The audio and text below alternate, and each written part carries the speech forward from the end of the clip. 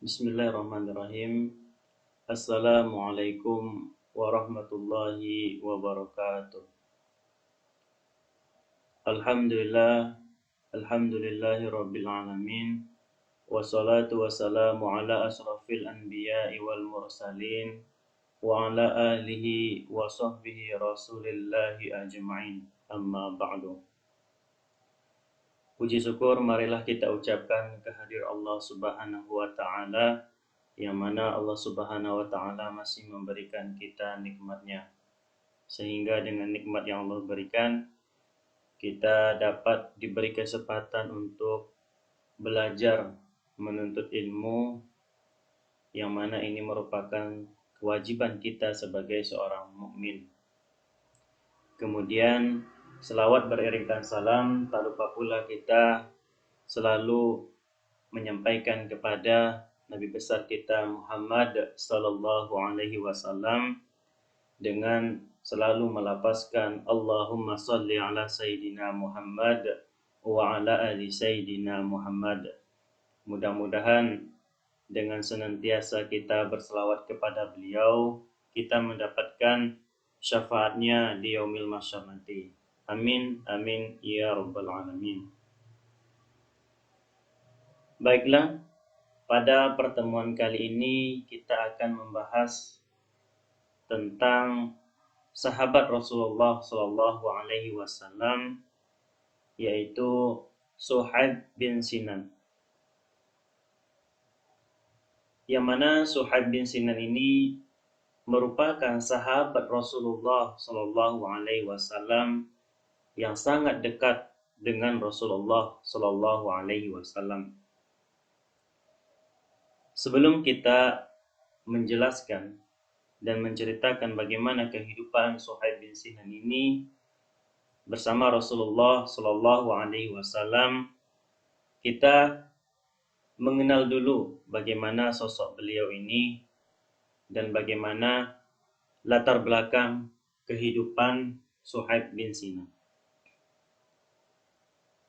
Suhaib bin Sinan disebut juga atau dikenal juga sebagai seorang sahabat yang mana dalam berdagang selalu mendapat laba atau untung, karena memang Suhaib bin Sinan ini selain nantinya sebagai seorang yang gagah berani dalam membantu Rasulullah Shallallahu Alaihi Wasallam dalam berdakwah, dia juga dikenal sebagai seorang pedagang yang selalu mendapat laba. Artinya dengan kejujuran dan dengan perbuatan dan sikapnya yang baik itu mengantarkan dia selalu mendapatkan keuntungan yang banyak dalam berdagang.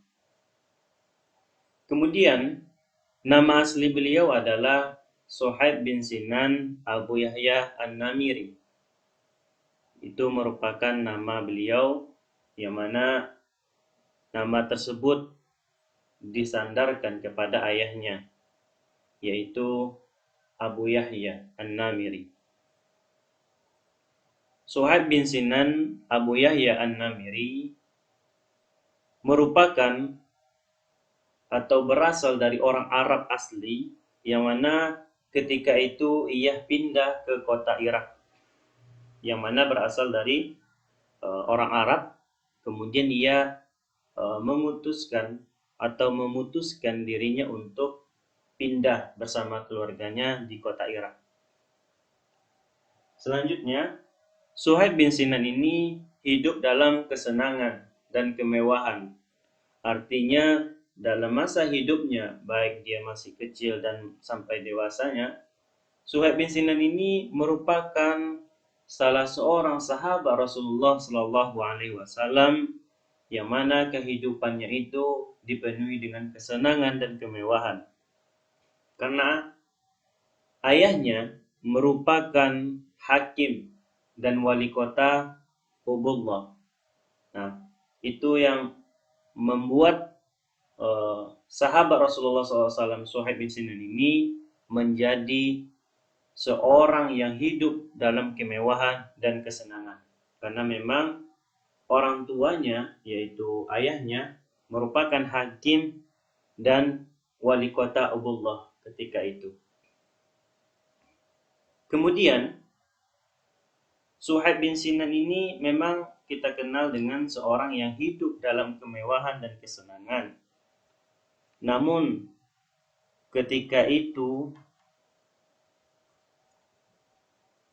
negeri yang ditinggali oleh Suhaib bin Sinan dan keluarganya, pada suatu ketika negeri itu menjadi sasaran orang Romawi yang datang menyerbu dan menawan sejumlah penduduk, termasuk diantaranya Suhaib bin Sinan. Artinya ketika itu mereka diserang oleh orang-orang Romawi yang menyerbu kawasan mereka. Nah, termasuklah Suhaib bin Sinan ini menjadi korban atas sasaran orang Romawi tersebut. Kemudian ia diperjualbelikan ketika daerahnya menjadi sasaran orang Romawi tersebut. Dia menjadi seorang budak atau yang diperjualbelikan oleh saudagar-saudagar ketika itu, dan berakhirlah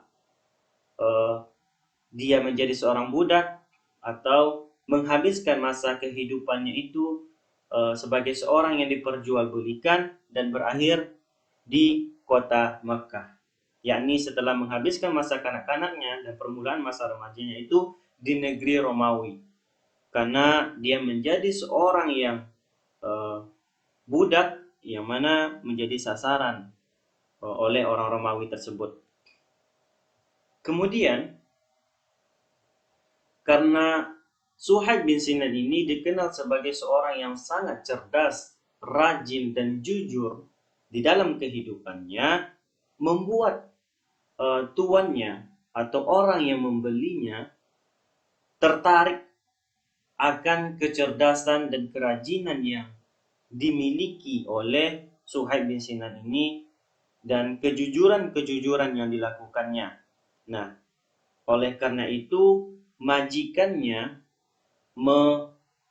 menjadikan Suhaib bin Sinan ini sebagai seorang yang dibebaskan, artinya dia dimerdekakan oleh majikannya sendiri, dan dia diberi kesempatan untuk dapat berniaga atau berdagang bersama majikannya tersebut.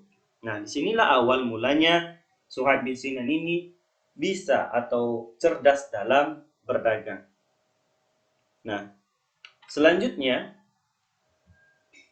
bagaimana kisah keislaman Suhaib bin Sinan ini? Karena memang kita ketahui bahwa sebelum dia mengenal Rasulullah SAW dan para sahabat yang lain, Suhaib bin Sinan ini memang bukan menganut agama Islam. Artinya memang dia belum masuk Islam. Nah, kita akan ceritakan bagaimana kisah Suhaib bin Sinan ini menjadi atau masuk agama Islam dan ikut bersama Rasulullah Sallallahu Alaihi Wasallam. Perihal keislaman Suhaib diceritakan oleh sahabatnya, yaitu Ammar bin Yasir. Karena memang Ammar bin Yasir ini merupakan yang kita kenal dengan orang yang as-sabiqun al-awwalun, yaitu orang-orang yang pertama menyatakan keislaman bersama Rasulullah SAW. Kemudian peristiwa keislaman Suhaib bin Sinan ini diceritakan oleh sahabatnya sendiri, yaitu Ammar bin Yasir. Suatu ketika Ammar bin Yasir ini berjumpa Suhaib di muka pintu rumah Arqam bin Abu Arqam. Nah, di sini pertemuan mereka. Ketika itu mereka berjumpa di depan pintu rumahnya Arqam bin Abu Arqam. Saat itu Rasulullah SAW masih berdakwah secara sembunyi-sembunyi di rumah tersebut. Artinya memang ketika itu Rasulullah dan para sahabatnya tidak berdakwah secara terang-terangan, masih dalam keadaan sembunyi-sembunyi, yaitu antara satu rumah dan satu rumah yang lain mereka tempati, dan di situ mereka berkumpul untuk berdakwah secara sembunyi-sembunyi. Nah, kenapa mereka dikatakan as-sabiqun al-awwalun? Nah, karena memang ketika itu masih belum secara terang-terangannya Rasulullah SAW menyampaikan dakwanya, menyampaikan agama Islam itu sendiri. Nah, ketika itu terjadi dialog antara mereka. Dia bertanya kepada Suhaib bin Sinan, mau kemana kamu? Dan kemudian Suhaib bin Sinan ini juga balik bertanya, bagaimana mereka berdua itu dalam artian saling tanya jawab, tujuannya hendak kemana. Nah, kemudian dia menjawab, Ammar bin Yasir ini, aku mau menjumpai Rasulullah untuk mendengarkan ucapannya. Artinya untuk mendengarkan nasihat-nasihat Rasulullah dan ajaran-ajaran yang disampaikan oleh Rasulullah SAW. Kemudian rupanya tujuan yang disampaikan oleh Ammar, yaitu untuk mendengarkan ucapan Rasulullah SAW, itu merupakan sama. Artinya Suhaib bin Sinan ini juga ingin mendengarkan dan berjumpa dengan Rasulullah Shallallahu Alaihi Wasallam.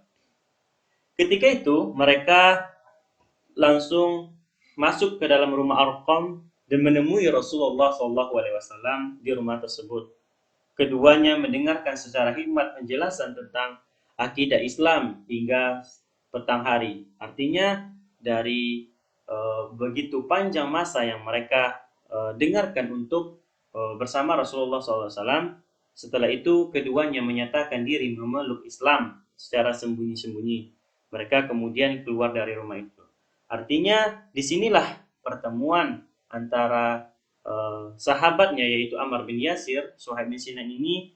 Di antara Suhaib bin Sinan dan Ammar bin Yasir ini merupakan dua sahabat Rasulullah SAW ketika itu yang menyatakan keislaman bersama Rasulullah SAW, karena memang di sini mereka mencari atau mendengarkan nasihat-nasihat yang disampaikan oleh Rasulullah yang menyentuh hati mereka untuk masuk ke agama Islam.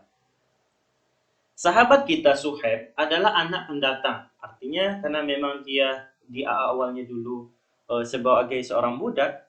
Nah, dia menjadi seorang anak yang pendatang dan orang-orang perantau. Sedangkan sahabat yang berjumpa dengannya yaitu Arqam, di rumah Arqam itu yaitu Ammar bin Yasir, adalah seorang yang miskin. Nah, tetapi kenapa keduanya berani menghadap bahaya dan kenapa mereka bersiap untuk menemuinya? Karena memang disitulah sudah diberikannya oleh Allah Subhanahu Wa Taala mereka hidayah untuk menjadikan mereka itu sebagai pengikut Rasulullah Sallallahu Alaihi Wasallam. Nah, di situ kisah tentang keislaman Suhaib bin Sinan ini, yang mana itu merupakan sebagai kisah yang sangat penting untuk kita ketahui bersama. Selanjutnya, ketika ia bergabung dengan Rasulullah SAW dan menyatakan dirinya sebagai orang yang beriman, nah disitulah dia dengan Rasulullah SAW sangat dekat. Artinya ditandai dengan dekatnya, yaitu menjadi seorang sahabat atau pendamping setia Rasulullah SAW. Nah, setelah hijrah, Suhaib menjadi pendamping setia Rasulullah SAW. Ia dikenal berani dan handal dalam menggunakan panah.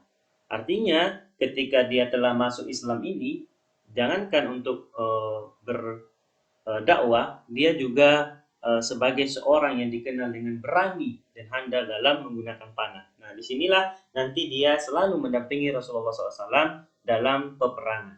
Jadi menjadi pendamping setianya Rasulullah SAW. Suhaib pernah berkata, yang mana perkataan Suhaib ini menjadi bukti atau saksi bahwa dia selalu mendampingi dan setia bersama Rasulullah SAW. Ia mengatakan, tidak ada suatu peperangan yang dilakukan oleh Rasulullah dengan pihak yang lain yang aku tidak ada di sampingnya. Artinya, setiap peperangan yang dilakukan oleh Rasulullah SAW, Suhaib bin Sinan ini selalu ikut dan mendampingi Rasulullah SAW. Kemudian tidak pernah suatu perjanjian yang dibuat oleh Rasulullah SAW dengan pihak lain yang aku tidak ada di sampingnya. Artinya memang tidak pernah perjanjian-perjanjian yang dilakukan oleh Rasulullah kecuali dia bersama dan di samping Rasulullah SAW. Selanjutnya, tidak pernah suatu angkatan perang yang disiapkan oleh Rasulullah untuk pergi bertempur yang aku tidak ada di dalamnya. Nah, Artinya dalam peperangan yang disiapkan oleh Rasulullah SAW, pasukan yang disiapkan oleh Rasulullah SAW dalam peperangan, Suhaib bin Sinan ini ikut terlibat dan bersama Rasulullah SAW, ikut pergi bertempur bersama Rasulullah SAW. Kemudian tidak ada suatu peperangan yang sedang berkecamuk yang aku tidak ada di kanan kiri baginda. Artinya bagaimana peperangan itu terjadi berkecamuk. Nah, disitulah Suhaib bin Sinan selalu mendampingi Rasulullah SAW. Kemudian tidak pernah terjadi suatu persiapan untuk mengirim bantuan yang aku tidak hadir di tempat itu. Dia juga ikut terlibat dalam mempersiapkan pengiriman bantuan-bantuan kepada orang-orang yang membutuhkan ketika itu. Nah, kesimpulannya bahwa Suhaib bin Sinan orang yang selalu setia, orang yang selalu berdiri di tengah-tengah antara musuh dan Rasulullah SAW.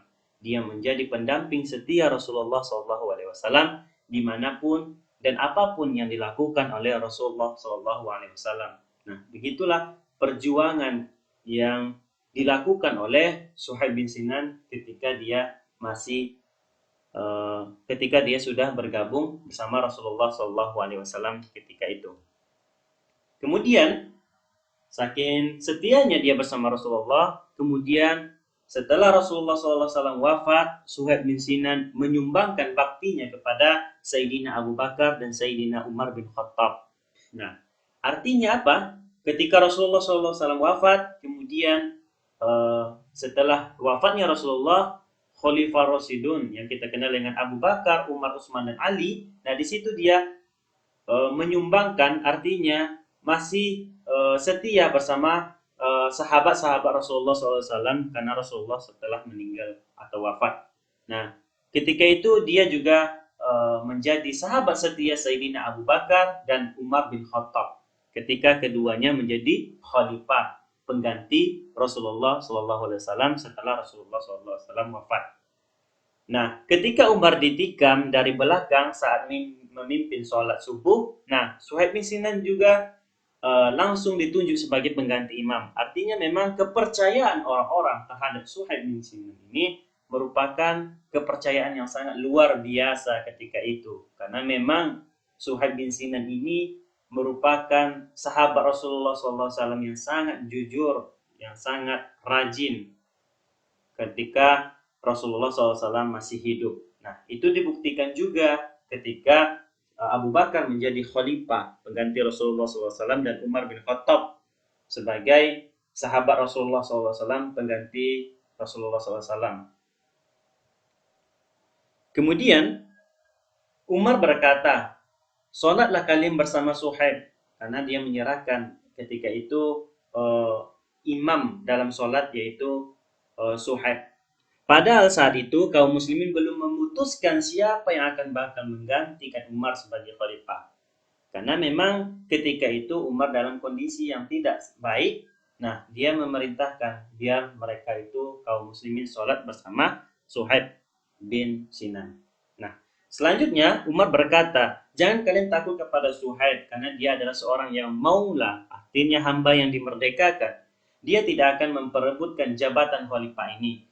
Artinya di situ ditekankan oleh Umar radhiyallahu an, Suhaib bin Sinan ini bukan merupakan orang yang gila akan jabatan. Dia tidak akan merebutkan jabatan khalifah. Nah, di situ Kak Umar sebagai khalifah menguatkan kaum muslimin ketika itu bahwa Suhaib bin Sinan ini ditunjuk sebagai imam sholat ketika itu bukan untuk menjadikan Suhaib bin Sinan ini sebagai seorang khalifah, atau Suhaib bin Sinan ini bukan orang yang suka merebutkan jabatan khalifah. Nah, itu merupakan kisah sedikit tentang sahabat Rasulullah SAW yaitu Suhaib bin Sinan. Nah, di sini Suhaib bin Sinan ini suatu yang harus kita ketahui bahwa memang dia merupakan sahabat Rasulullah SAW yang sangat setia bersama Rasulullah SAW dalam memperjuangkan agama Allah ini, dan Rasulullah SAW merupakan sahabatnya yang selalu mengajak Suhaib bin Sinan ini untuk selalu dampingi beliau selama beliau masih hidup. Nah, inilah kisah atau sejarah tentang sahabat Rasulullah SAW, yaitu Suhaib bin Sinan. Demikian, mudah-mudahan apa yang kita pelajari hari ini dapat menambah keilmuan kita dan menambah ketaatan kita kepada Allah Subhanahu wa taala. Kita akhiri dengan alhamdulillah dan doa kifaratul majlis. Subhanakallahumma wa bihamdika asyhadu an la ilaha illa anta astaghfiruka wa atubu ilaik. Assalamualaikum warahmatullahi wabarakatuh.